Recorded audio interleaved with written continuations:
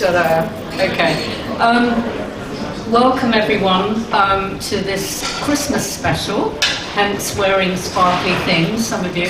We've got some fantastic readers, and we've an open mic spot, which I'm doing, and Anna, who is hosting, is going to do the book poets, and I'm hovering in between. My name's Viv Fogel, local, of course, and I'm going to introduce you first of all to Michael Pearce, who's going to be the first open mic reader. He's an experienced Highgate poet and has had published various books. Yes, it's called Night Night. Your sweet little snore has lost its allure. Now it's a chore to fit earplugs and endure your sweet little snore. It may be a bore, as you're the girl I adore, but could I love you much more as you dislocate your jaw with your sweet little snore? Such bitterness I deplore. Your snuffle is no chainsaw. I will love you once more if you shut up hell's door and your sweet little snore. Anna, Viv, fellow poets and guests, thank you for welcoming me here at short notice. I really appreciate it. The name of my poem tonight is Nature's Forever. Not nature is forever, nature's forever. So the forever of nature. And I wrote it actually not in a hotel bathroom like Michael, but standing on a hotel veranda looking over the Kasuri Bay Hotel in Cyprus. And I was watching the sea coming every few seconds, the tide, the ebb and flow of the tide, embracing Mother Earth. And this is where this poem came from. She glides ashore with her all-encompassing embrace. Full of faith, she whispers, I love you. She's heard, but only temporarily felt. She flows ashore with her re-emerging embrace. One more time. Hopeful this time. She says, I adore you. She's understood, but only fleetingly sensed. She returns ashore with her infinitely cyclical embrace this time. Purposeful, she declares wholeheartedly to Mother Earth, I'll return forever with my love. Gaia replied, look inside, dear, for I am forever with you at the depth of your oceans. I am you, you are me. Thank you. May I share two short messages about this poem. The first one is the cyclical infinity of nature. So on one hand, it's fleeting and there's cycles. Winter, spring comes after winter, etc. But also, it's forever flowing. That's the first message. And the second one is in the same way that the sea is coming to embrace Mother Earth over and over again, looking outside. It's the same way like us humans often are looking outwardly for validation, love, acceptance, when actually what we're looking for is within. The same way Gaia is inside and at the bottom of the sea. Thank you very much, and Merry Christmas and Happy New Year. Tonight I'm going to read a poem which I wrote recently. In a moment I was reflecting on a few things, and I had this whisper coming and I didn't know what I wanted to write about it. So it's like following your flow, and then this poem came out. So it's called A Whistle in the Wind. A whistle in the wind, I heard your whistle in the wind. I did not know who you were. Your song attracted me. Your stories of druids, damsels against the wind, salvation and perdition, of gypsy fairy tales, photographs of fairies in petticoats, dreaming and adventures from other universes. Lovers were a bit bitchy and also a bit lost. I heard your whistle in the wind when I was in my stone house, carved with sharp blades of past pain, with wooden and iron buggers. I was shaking in there. I heard your whistle in the wind. I opened the door, the balconies, posing on the terrace, weary, and I saw more and more people arriving in this seaport. I was no longer alone. Could I abandon this fairy tower, guardian of my rich solitude, perfect, admired, sought after, to get to know this stream of consciousness? If only the darts were aimed right to the center of myself, between fanfares and wind sighs, perhaps. Clouds, rain and storms. I have already crossed this. Offer me clear new skies and only slightly rough seas. The adrenaline of torment, of the fights, are of thin interest to me. I'm looking for calm after the storm. We can only cross a few jetties. We are storytellers, an illusion created by our own noise. I heard your whistle in the wind. You see, now I sing for my own pleasure, not the torment. You can listen to my happy voice, if you wish, in the next room. Thank you. Good? Come on, man, I'm already nervous. Like, help me out, you know, are you good? All right. Okay. Well, I've heard some deep poems and they've all been really good. So now I'm a bit embarrassed to sing about one of the only joys in my life, which is my motorbike. So I don't know if anyone's into motorbikes, but I sure am. And well, this is about my KTM. So.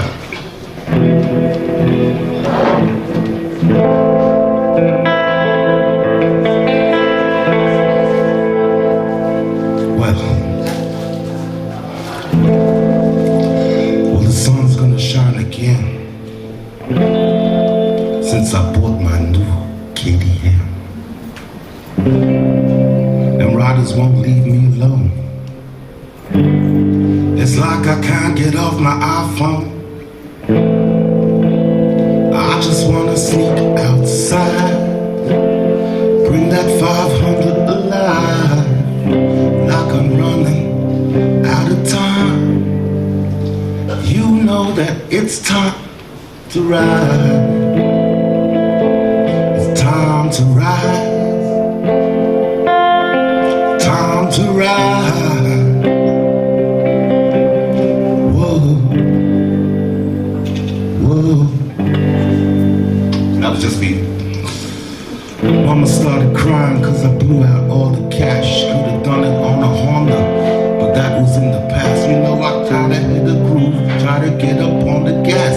If I hit a lane tree, I'm gonna have a blast, rider. I'm spinning drifts when I hit the road. Big dust clouds follow me where I go. Massive soundtrack better than my stereo. Let it ride and ride my kitty like a oh. Hit that throttle, baby, don't let go. Come on, what you waiting for? Come on, baby, start the show. You know that it's time.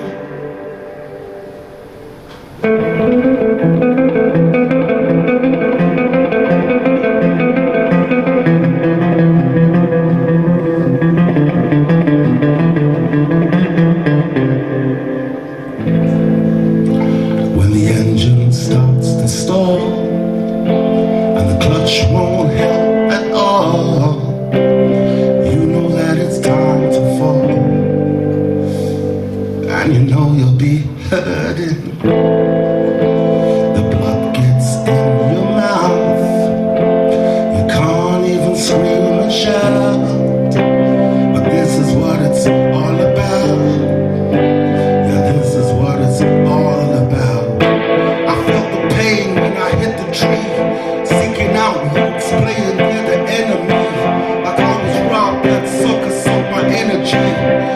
arm snapped with a brow. You remember me?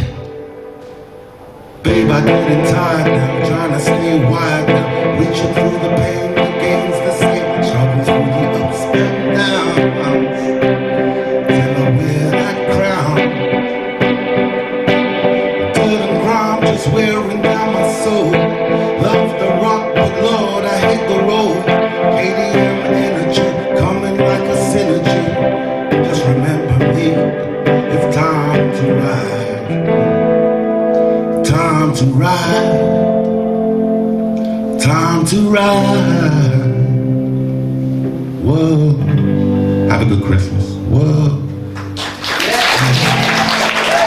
Thank you so much. Have a great New Year. Thanks to the people that put it on. Anna, friends, and Dave doing the filming. Thank you all. Sorry, we keep getting more open mic people just turning up, so it's a little bit spontaneous.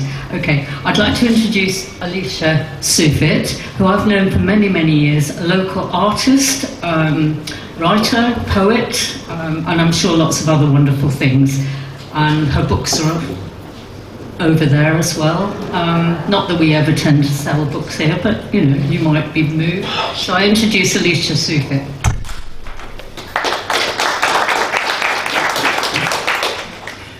This is my one poetry book apart from digital. This is from an era when you could go into Waterstones and say, will you buy my book? And actually the individual managers were entitled or authorized or empowered to say, yes, we'll have 6. So anyway, this is available for £1, cut price. So this is about the Falklands. It's called Falklands Lament.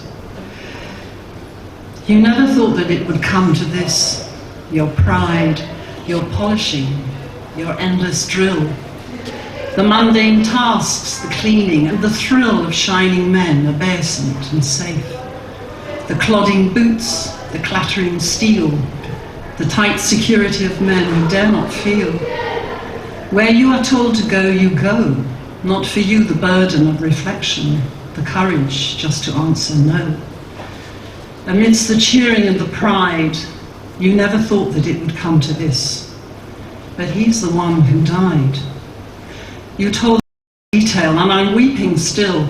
They asked you, did you feel a thrill to stab a pleading man to death? You even stabbed him in his mouth, from which the only word he knew in English came, please, please. But you killed him just the same, with your broken knife. You ugly little boys, I spit on you. How dare you trample on God's grace? How dare you rip the heart in two? There's war and war, though all war is the same. But what a price for what a futile cause. What do you men think your greatest pride? I think your greatest shame. This barren island in the sea, 6,000 miles away. What right to call it England? And all those men who'll never see beyond the day they died. You never thought to come to this. Your drill, your polishing, your pride. Thank you very much, Alicia. It was lovely. I'd like to introduce my very old friend, not in years, been in length of years we've known each other. Abe is Tottenham, does loads of poetry stuff. He plays the saxophone, he does spoken word, works with autistic kids.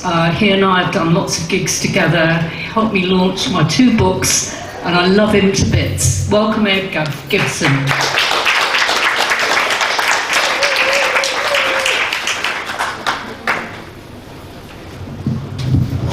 Thank you, Viv. Her husband's sitting over there, so don't get any ideas here. I love you to bits as well.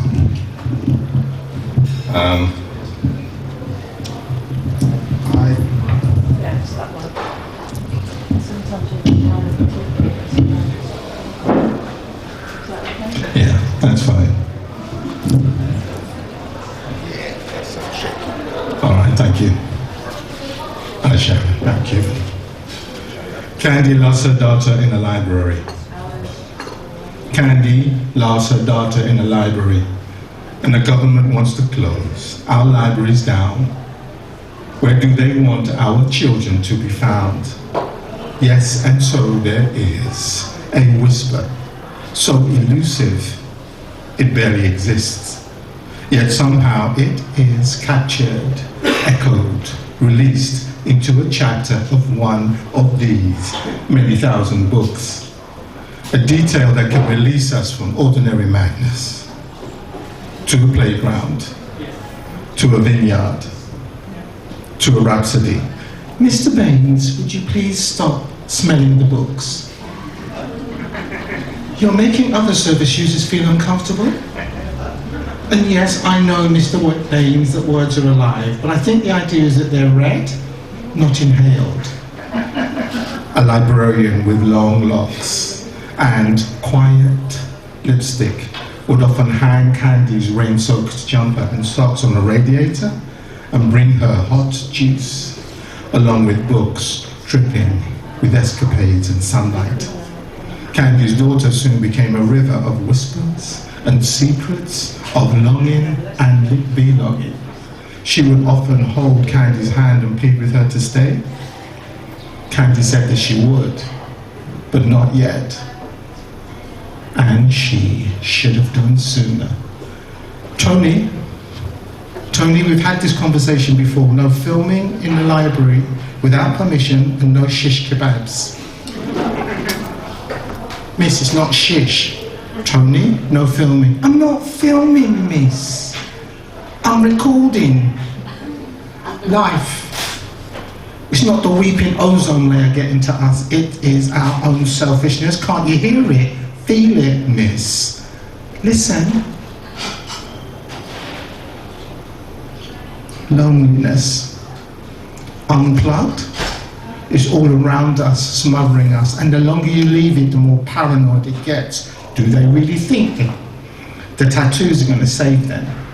Their piercings, their iMacs, their iPads, their yoga, their push-ups, their sit-ups. Miss, do they really think that Red Bull gives them wings? Tony, yeah, I hear you, miss. But do you hear us? Unplugged. Miss, just link hands, and then I'll leave. Link hands, because aren't we all just passing through here to what? Where? In that loaded silence, she studied him for a moment and ushered the security guard to be still. And then she walked over to him and held his hand. Is this all right? Yeah, miss. Safe. But what about them? Perhaps they're not ready? Miss, they should just link hands, plug in their hearts, and link hands. There was no music playing, yet Candy's daughter was dancing, twirling with a book. Candy could not be sure if the tears that stung her eyes were from broken-heartedness or from joy. Thank you.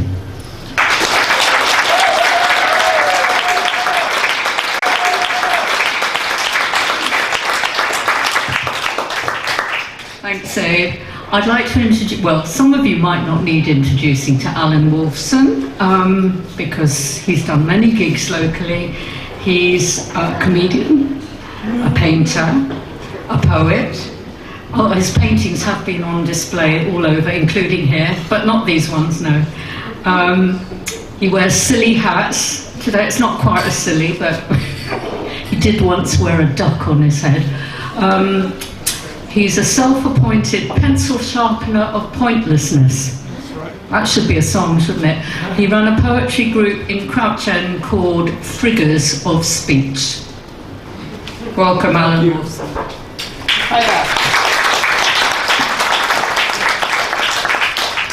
Just Merry Christmas, everybody. Just 2 quick poems to bring you right down. And then I've got a Christmas do. I just popped in here to do a couple of poems and I got to pop out again. This is called, you might not want the second one after this one. This is called, All I Want for Christmas is Nothing. This Christmas give me a vacant lot where shepherds failed to watch their flocks and the fox snuck in and the sheep fucked off. I don't want hats or gloves or socks or a second home you can curse with a pox. Playing on both your houses. I want an empty box. This Christmas I want an empty box. A missing catalytic converter. A vacuum flask without the flask. An Action Man deserter. An air fryer minus the fryer bit. A spaceship not including the ship. I want fancy wrapping with its contents lacking. A packet with nothing in it. Give me a cancelled train set for Christmas, full of gaps for me to mind. Decorate my tree with a string of deletes and the treats you left behind. On Christmas Day, here's what I'll do. I'll join a zero-shaped circular queue and stand in line for nothing, 'cause it's true what Prince said, nothing compares to you.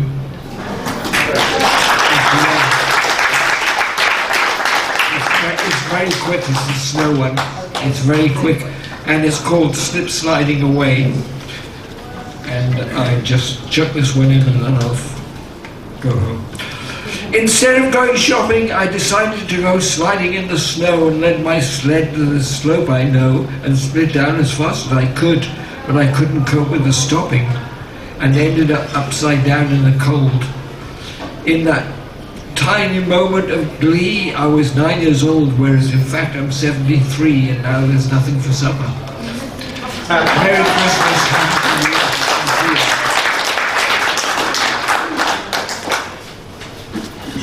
Thank you, Alan. We now have Alex, I don't know your surname, who has put down that he's a writer, a therapist, and I don't know what sort, but I'm a crouch ender, and I'm sure you can say something more about yourself if you want to. So welcome, Alex, to Open Mic Spot.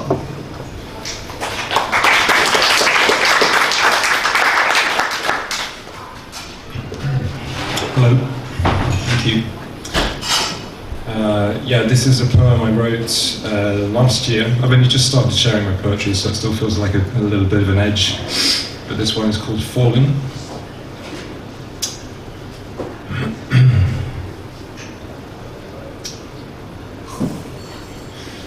Shadows wind up the windswept street. Leaves lay like bodies fallen silent, as sirens tear the fabric of the quantum veil, beckoning, inviting others like sweet, melancholic soul whispers, seeping out of somewhere at the center of things, invisible, forgotten, or unknown, yet still saying over and over, you are not alone, you have nothing to fear, you are not alone, you have nothing to fear. So the fallen ones are praying for us. Thank you.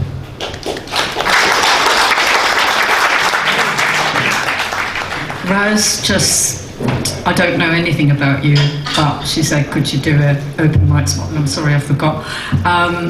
If you want to say anything more about yourself, do, but briefly. That's it. Welcome, Raz. Raz, oh.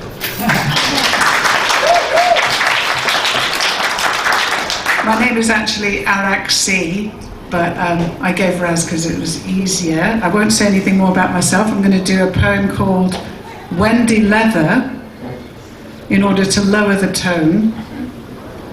So, it's a poem about a dominatrix, as I'm sure you can imagine, and when she's on duty and when she's off duty. Okay, so Wendy Leather licked her lip and flexed her whip. Handcuffed, squirmy Tom turned red. "I've been a naughty boy," he said. Her leather creaked. "How so?" she leaked. Tom squeaked. "I'll never tell." She shifted weight and arched a brow. Her cherry boiled up, sweetie mouth made a perfect growl. "Now I've got the pip," she said, and deftly snapped her whip. Tom jumped, backed up and clutched the bed, and then he begged, "Not that! Come here and get a lashing, boy." "I won't," he squealed, "you cat!" That made her gasp and pause. Tom giggled, bobbed and cringed in awe of everything she was. Her huge brown eyes held up the velvet room in space, the eyes of goddess, mummy, stormy weather, and of wicked Wendy leather. He ran from wall to wall, his naked body wobbly, his privates in his mitts. She lashed him twice, discreetly, and he was thrilled to bits. Tuesday, on the tube, Westminster. A pinched grey man looked up to see a woman enter. She sat down, opened a book. Mousy, tired and drab, he thought. Contempt dangled from his inside hook. What a state, he whispered, and felt quite full of gloom. He closed his eyes and sighed and tried to find the velvet room. Wendy looked up from her book. She recognized her prey. She looked away. She felt distinctly bored.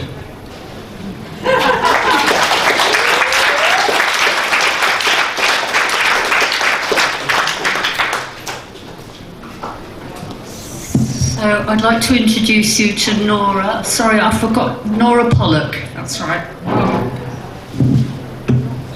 Nora's local, sometimes is at the door of the Kalamazoo Club, which is a music venue in the King's Head, I think, down below. And she's also a painter. It's funny how art, music, poetry goes together. A lot of us are artists and wordsmiths and musicians. Welcome. Very short one. Thank you. Yes, the Kalamazoo Club is once a month music, which is great down at the Great Northern. But I've been with Highgate Poets for loads and loads of years. Can you hear me? I wrote a series of poems about shops in my town where I was brought up, a very small town with nothing in it. So this is a very short poem about one of the shops when it appeared in the 60s. Small town cafe. Never seen a jukebox before. Never once had Coca-Cola in a bottle. With waxy paper straws, the real thing. Couldn't wait to get down there. Angela with her mango sherbet smile, an orange taffeta skirt. Me still wearing my school uniform, an iced pink in my pocket. Leroy with his crew cut, been there all afternoon, buys us the drinks. He's from America, loads of money, and mother bakes cookies. Dad works at the airbase. Leroy says hi. It's American for hello. We'd like to say hi, like him, but we are English and not allowed. Thank you.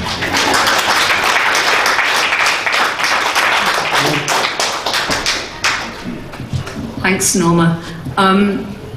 So I'm going to end with the open mic spot with a poem I wrote quite a long time ago. I might kind of bring you down a bit. That's why we've got some fantastic music afterwards. So I hope it doesn't, but it's called Street. Do you remember all the people that used to DOS on Finsbury Park, etc., by the station? They've been cleared. But, and the Amy, of course, you know who Amy is, Amy Winehouse. So,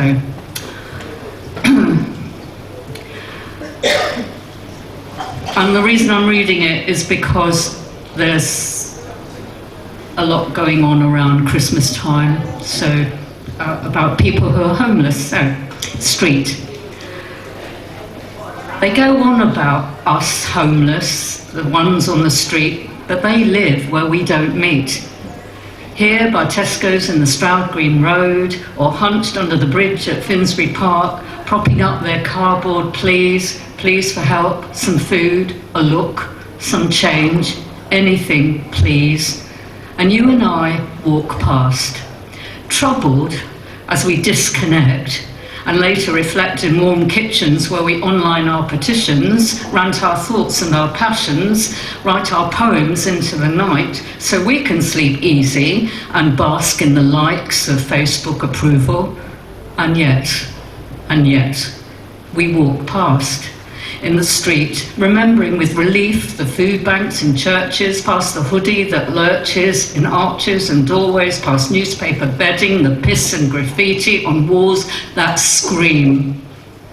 The Grey Girl by London Bridge is still a teen.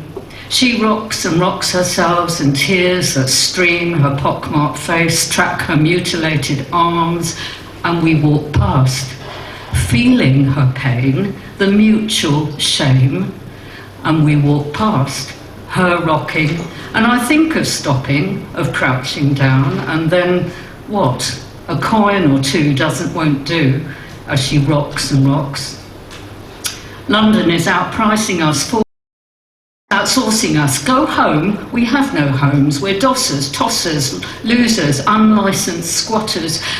As the frost claims us, chill blames us, wind claws at us, and the rest of you ignores us.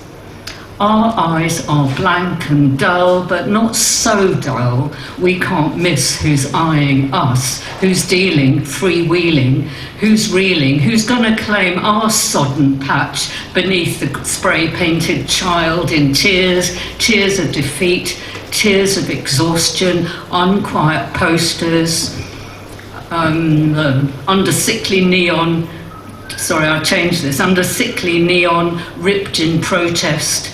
Amy looks on, she's well out of it now. The girl's still rocking, her tears a stream, her scarred face a silent scream.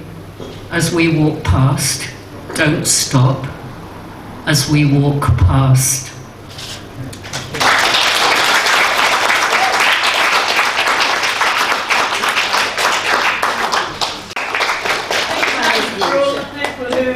Let's have a big hand for all the people who've stood up there. Some people have done it for the first time. Okay, so we are going to have a sort of a break now, but during the break we're very lucky to have a three-piece trio playing to us for 15 minutes. So if you want to go to the bar and get a drink, do. Meanwhile, we've got John, Judith and Martin playing and singing and playing the fiddle. So can we welcome the Black Dog Hat Band, please?